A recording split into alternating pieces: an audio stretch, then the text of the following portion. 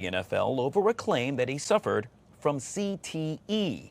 The brain disease has been linked to concussions and other repeated head trauma common in contact sports such as football, but it can be diagnosed only after someone has died.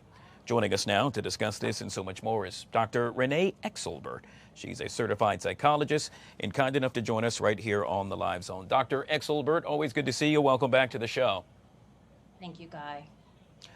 I tried to explain it the best way I could, and that is what CTE happens to be.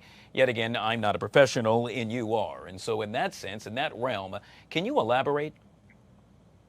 Yeah, so it's called chronic traumatic encephalopathy. It's a progressive brain disorder, and it comes about from repeated head trauma. We often can see this in boxing or high contact sports such as football. Unfortunately, as you said, there is no cure for it. It can result in severe behavioral, cognitive, motor difficulties. We can often see severe mood disturbance, suicidality, depression, confusion, paranoia, memory problems that mimic some sort of dementia. This hits near and dear to me. I have several friends who actually played in the NFL, now retired, one of which, and I will not name him, but we being family, friends, believe that he too is suffering from CTE, a complete change with regard to personality, how he speaks, how he interacts, his response to certain things. Is it fair to say that this is really a problem specifically for those who do take part in contact sports? Unfortunately, it is a severe problem because we can't diagnose this until post-mortem after somebody has died. There's a selection bias in terms of what brains we've actually been able to study. In terms of the brains that have been donated to science, it's possible that those people who are donating their brains, the families have been more concerned about CTE, but there has been as high as 95% of brains from the NFL that have been studied that have been found to have CTE.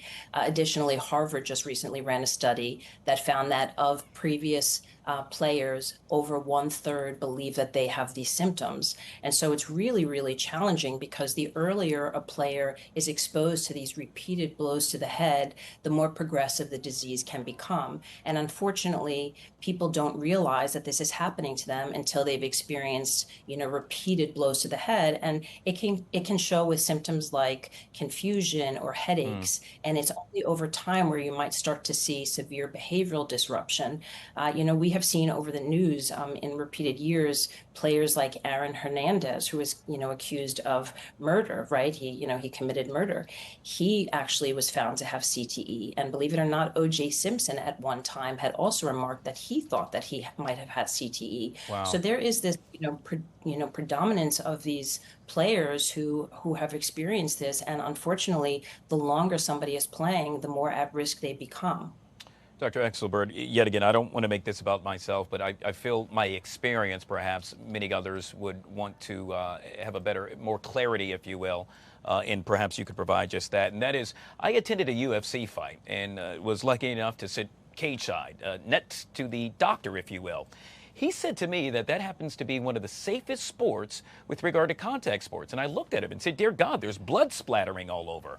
He said, Guy, it's not the initial hit. It's when you have a concussion and then you get hit again. Would you agree with that? Well, it is when somebody has experienced repeated hits. That is actually true. But whenever somebody has experienced a blow to the head, whether that's in the military or a car crash, they're always at risk for a brain injury. And we do look at, the repeated exposure to that. And in these high contact sports, it's often inevitable, which is why, we're looking for things that, include greater protection. The NFL, it was only in 2015 that the NFL actually acknowledged a direct link with CTE and playing the sport. And so they have done things to try and help athletes. They do have now what they call guardian helmets, which is like a larger piece that goes on top of the helmet. They are talking about, players not being able to go back immediately after they've had a concussion, longer medical evaluation. They are talking about penalties for direct head contact.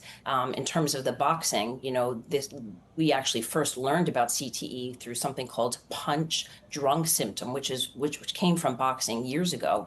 And it's because over time, somebody starts to develop this short-term memory. They're confused, they're disoriented, they start to become aggressive, anxious, depressed, suicidal. And so these things do happen over time. And as I said, the earlier somebody is playing, even Aaron Hernandez, he started playing at 5 years old. The longer somebody is exposed to this, the greater their risk. I have said this time and time again, and this is coming from arguably one of the biggest football fans on the planet. That happens to be me. We will not see the way football is played 100 years from now. It is the modern day gladiator sport, if you will. If there's proof that it's causing brain damage from a societal perspective, I just don't see us moving forward with this. Just my opinion.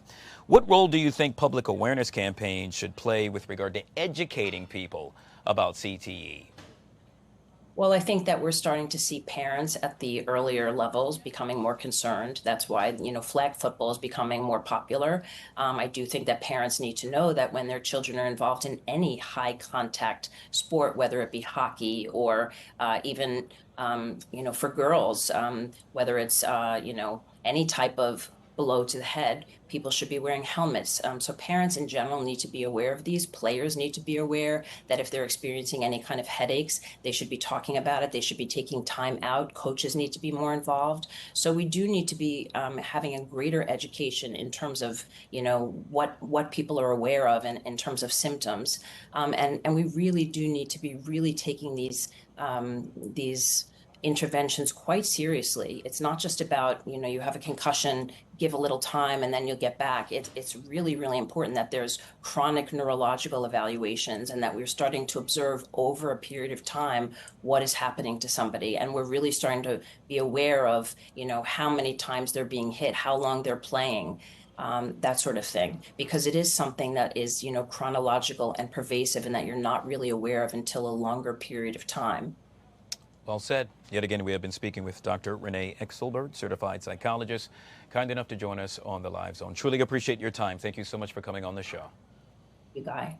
All right, guys. Yet again, we will take you back to the NTSB hearing surrounding the DCA mid-air collision as you watch it live right here on the Live Zone.